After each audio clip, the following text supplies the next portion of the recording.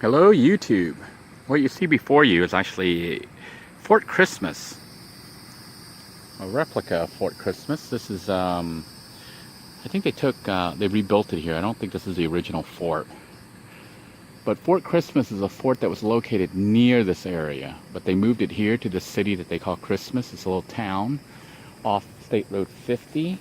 Um, it's just west of Orlando on State Road 50. So if you drive on State Road 50, SR 50, on your way from Orlando towards the Space Center, the Kennedy Space Center, you will see Fort Christmas, signs for Fort Christmas on your left. Worth taking the trip to come up here because you can go to the wetlands, which we went to in a previous video, and you can explore this area. All of this is free and probably good enough for a day of spending. You can spend a couple hours at Fort Christmas and a couple hours at the wetlands. But in a previous video, I showed off the cracker houses and the old-time or old-style schools. And now we're going to take a look at the fort itself. By the way, for those of you with small children, there is a nice park located right next to the, Fort Christmas, the fort, and the cracker houses and other displays. You can have barbecues here. I don't know what the policy is. You'd have to check, I think, the front building there.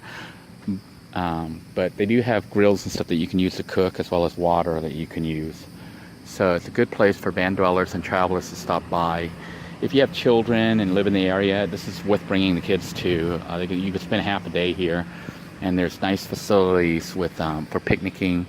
And I'm not sure if the electric is on, but I think it is. I'd have to hook up my rice cooker or something to check it out.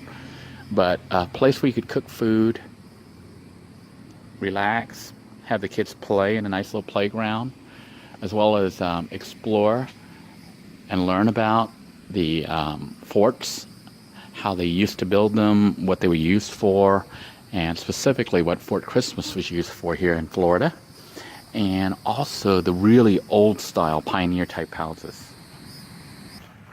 Just thought I'd film this and try to hold the camera here for those of you who actually want to learn more about Fort Christmas.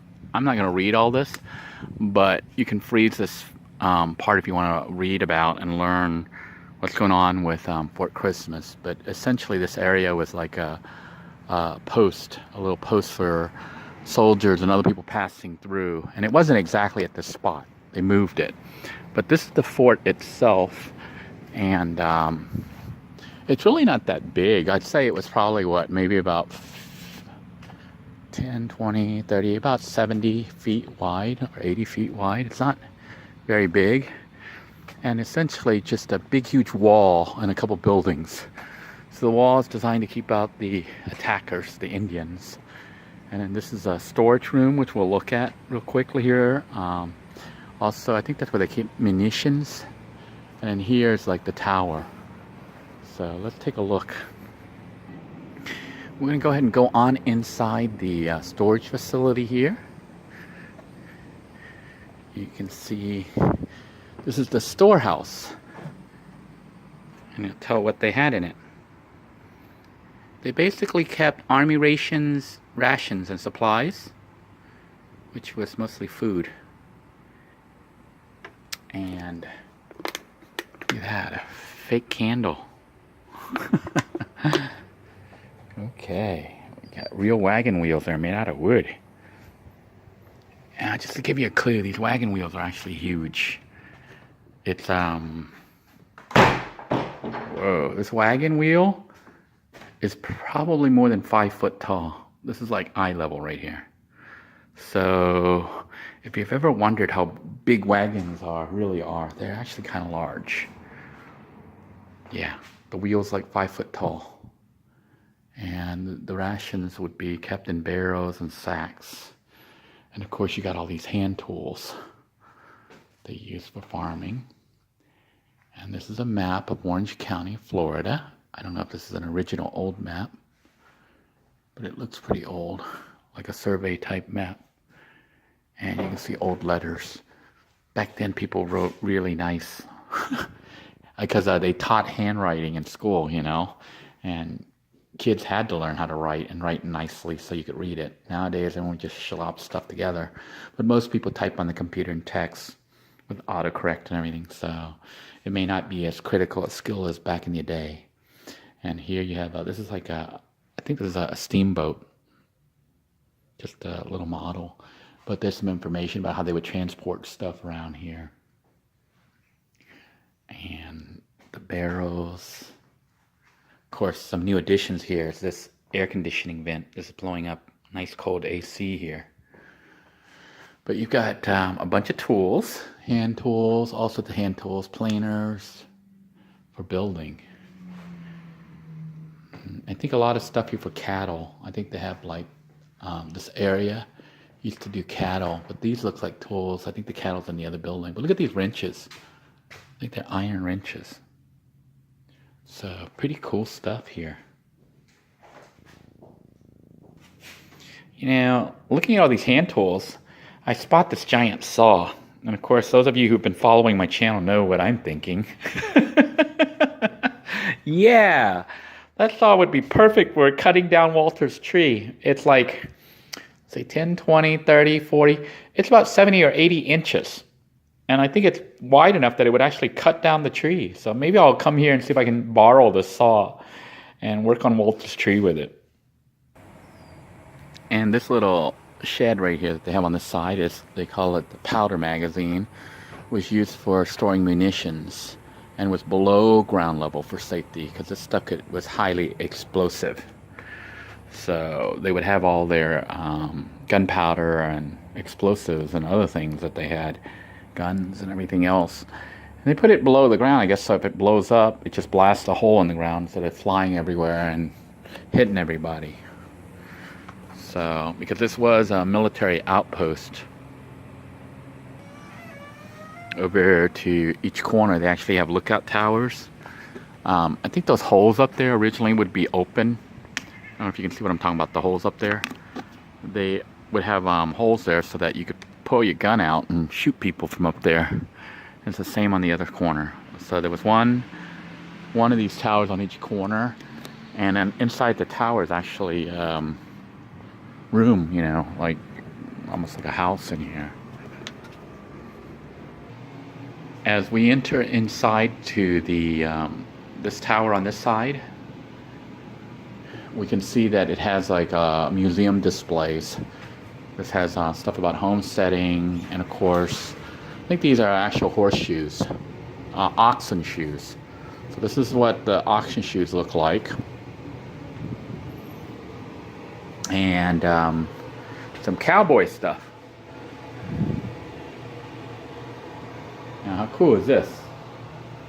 So, it's, you know, a lot of people don't realize we have cowboys. We had cowboys in Florida. I guess it's just an image of a cowboy riding through the swamp. Well, they had oxen. They had all the stuff that you would need to have to make food. Ah, this is Hugh Parton. This is Parton, the guy who built the house.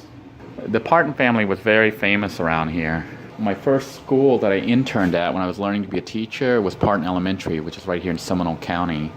Although we're in County right now. Seminole County is like next door. And they named the school there Parton Elementary School. So here are some more pictures, but these are the little, I think, for guns. So you could point your little pistol, not a pistol, but a rifle out there and shoot at the invaders. Kind of hard to believe that back in the day, you had to have all this safety because, you know, this was the wilds, and it wasn't just the wild animals. It was the natives, the Indians who lived here, the Indians who lived here, as well as soldiers and stuff from other countries. There is a stair that you can go up, which we're taking up right now, to the second floor. And they have more items on display, a lot of pictures of the various families that lived here. This is the Brown family, the Hancock family. Lots of pictures about Christmas itself, the city and the community. Now, I'm really glad that this place is here because a lot of cities, they just come and they destroy all their stuff, and there's not much displays like this, not detailed, where you can see and touch You know, that's what's really, I think, really special about this particular museum here is that they actually let you have access. Now, you can't, they don't let you touch this because it's fenced off here. They don't want you touching it, but you can go right up to it and see it. I guess, is this called a loom? I think it's called a loom, where you can make cloth and stuff like that, weave, and make, yeah, it's a loom. It says early 19th century loom. So you can make cloth and stuff with it. And of course, all the various items people use to run their houses. It looks like you have, is that a spatula? I don't even know these words. I know I use them for cooking. And then those would be like little forks for jabbing things. And of course, serving forks. And cookbooks. A lot of kitchen type stuff in here. Toys. You have little toys, baby dolls, clothes, dollies, pictures, and things for the home. So, for those of you who like history, Fort Christmas is definitely a stop worth making if you happen to be passing through the area. All right, on the opposite corner of the other tower is this one here, which is called the Block House. It served as Lookout's headquarters for General Thomas S. Jessup. This is where the troops hid when they were under attack. This is the big, strong, fortified building. And this is where all the soldiers kind of hung out. So they put soldier-type stuff here. Looks like cannonballs, horseshoes, some arrowheads, nails. These are handmade nails, which remind me of the yurt. For those of you who saw the episodes, I collected a bunch of nails off the pavement and recycled those and used them. But these are handmade. And it's got cast iron kettle pieces as well as cannonballs. Very interesting. So this is all the soldiering stuff. What the ships look like back then. These are rings, various rings. It's interesting because if I found one of those, I wouldn't have even known that this was a ring. I thought it was just a piece of scrap metal, but apparently these are what buckles look like. I think I've seen some and threw them away. Oh my goodness. These are actually old stuff. Stirrup pieces, tent grommets, and musket balls. So you wonder what the bullets look like on a musket? These are it. Okay.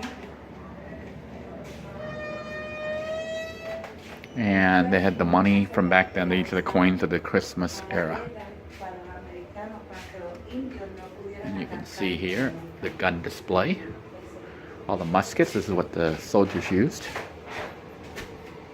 And they would put like gunpowder and stuff in there. Little pistols. Climbing up the stairs, you come up to the display that starts to show the Indians that lived here at the time, the Seminoles. The upstairs portion of the second area is more dedicated to the Seminole Indians who were, I think, native to this area before all the white men showed up. But this area had the Seminole Indians and basically had to work with the soldiers when they started to come down here to settle this area. Was attacked by general gains, resulting in more attacks and counterattacks. And here's the Seminole Indian medicine man. I think this is becoming a lost culture here. They do have, the casinos and stuff, which are actually on Indian reservations here. So if you're in Florida and you go to the Seminole Casino, that is actually Indian reservation land you're on. So they do have some cities that are nearby those reservations that maybe you to check out parts of it. Sometimes they have displays and stuff, but most of the time the Indians just kind of want to be left alone, in their little reservation area because it is like sacred lands. But I think in the past, like here, They actually had little areas that people could visit and learn about Seminole culture.